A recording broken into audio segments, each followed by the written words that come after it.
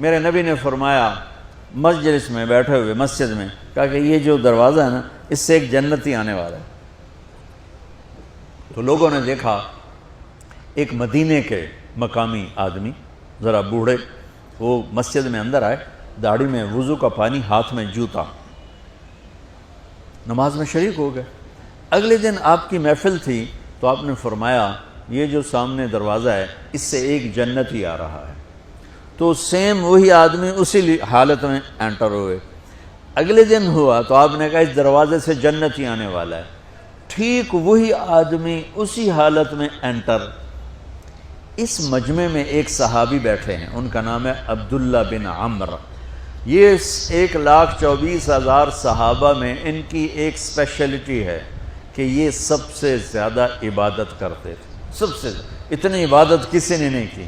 ساری رات نفل پڑھتے تھے، سارے دن کا روزہ رکھتے تھے، اور دن رات میں ایک قرآن ختم کرتے تھے۔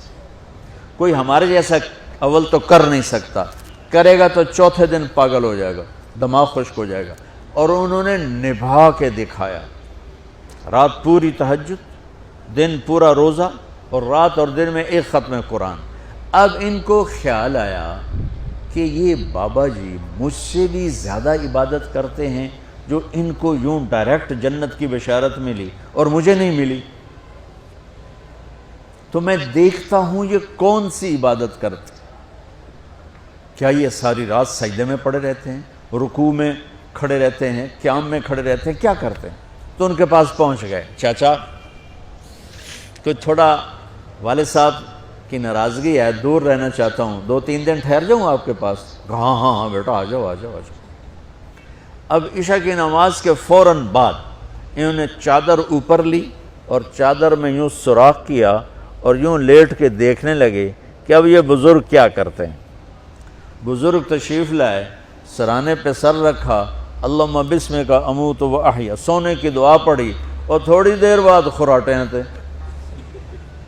وہ بڑے حیران ہوئے، بھئی میرا تو خیال ہے یہ ساری رات سجدہ کرے گا تو رو رو مصلی تر کر دے گا، یہ تو خراٹے ہی چون جاندے نہ ہو جا رہے ہیں۔ اب وہ دیکھ رہے ہیں ابھی اٹھے گا ابھی اٹھے گا ابھی اٹھے گا، پھر انہوں نے کپڑا اتار دیا، بھئی سویا ہوا ہے۔ وہ فجر کی اذان پہ اٹھے اور ان کا دماغ چکر کھا گیا، بھئی اے کی بڑی تہجد دے 2 نفل بھی نہیں تو جنت دی بشارت 3 دن کٹھی۔ انہوں نے کہا کل دیکھوں گا، کل شاید کچھ اور کریں گے۔ اگلے دن آئے، پھر اسی طرح یوں کر کے لیٹ گئے ایسے، اور بزرگوں نے بھی یوں کی، اور بسمک اموت و احیا، اور پورا کمرہ خراٹے نال۔ وہ پھر پریشان، یہ کب اٹھے گا کب اٹھے گا؟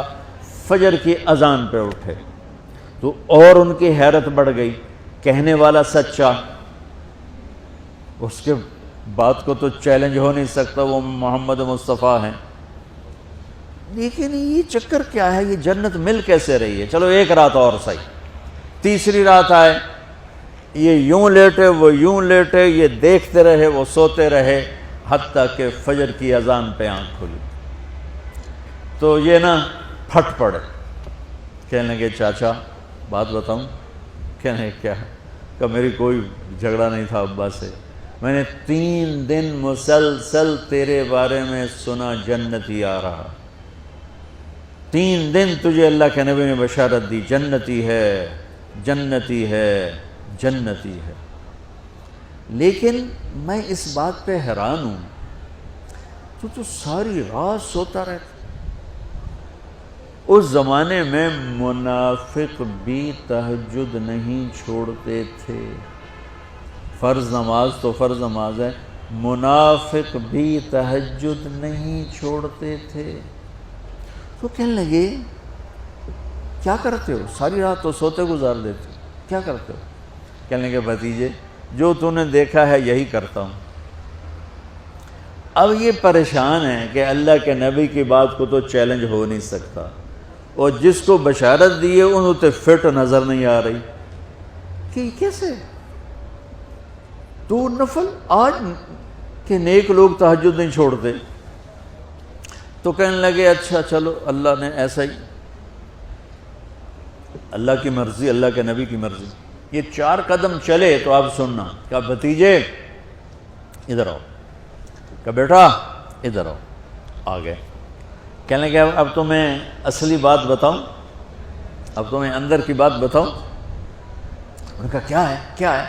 اب وہ تیار ہو گئے کہ یہ کہیں گے میں 3 دن بیمار تھا اس لیے میں اٹھ نہیں سکا، ورنہ میں تو ساری رات سجدے میں گزارتا ہوں، میں تو ساری رات روتے روتے گزارتا ہوں، تو 3 دن میں بیمار تھا، میرے پیٹ میں درد تھا، میرے سر میں درد تھا، تو میں اٹھ نہیں سکا، ورنہ تو دیکھتا تو حیران ہو جاتا میری رات کیسے ہوتی۔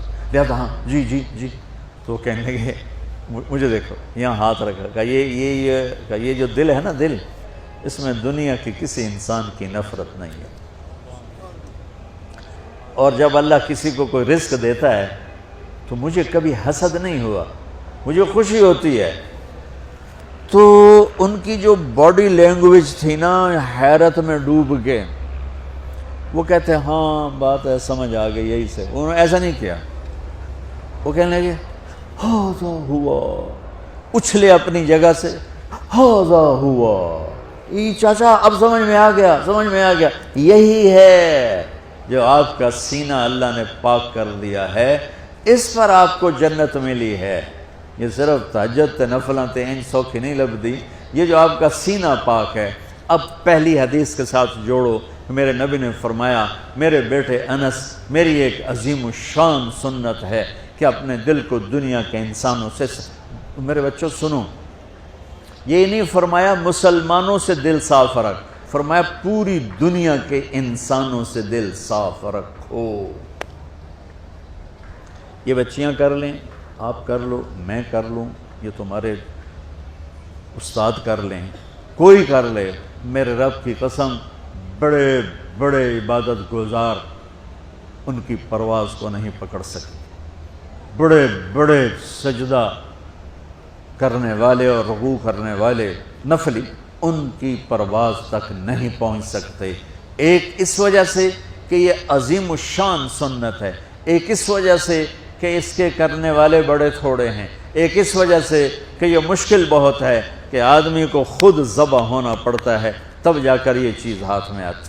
ایسے نہیں ہے کہ تہجد کے لیے نیند قربان کر دی، ہم جماعت میں گئے 40 دن کے لیے تھوڑا روکھا سوکھا کھا لیا اور گھر کی جدائی برداشت کر لی، یہ پل پل کی موت ہے، پل پل کی عزت نفس پہ چھریاں ہیں، اور پھر یہ مسکرا کے چلتا ہے، یہ مقام اسے جبریل سے بھی اوپر لے جاتا ہے۔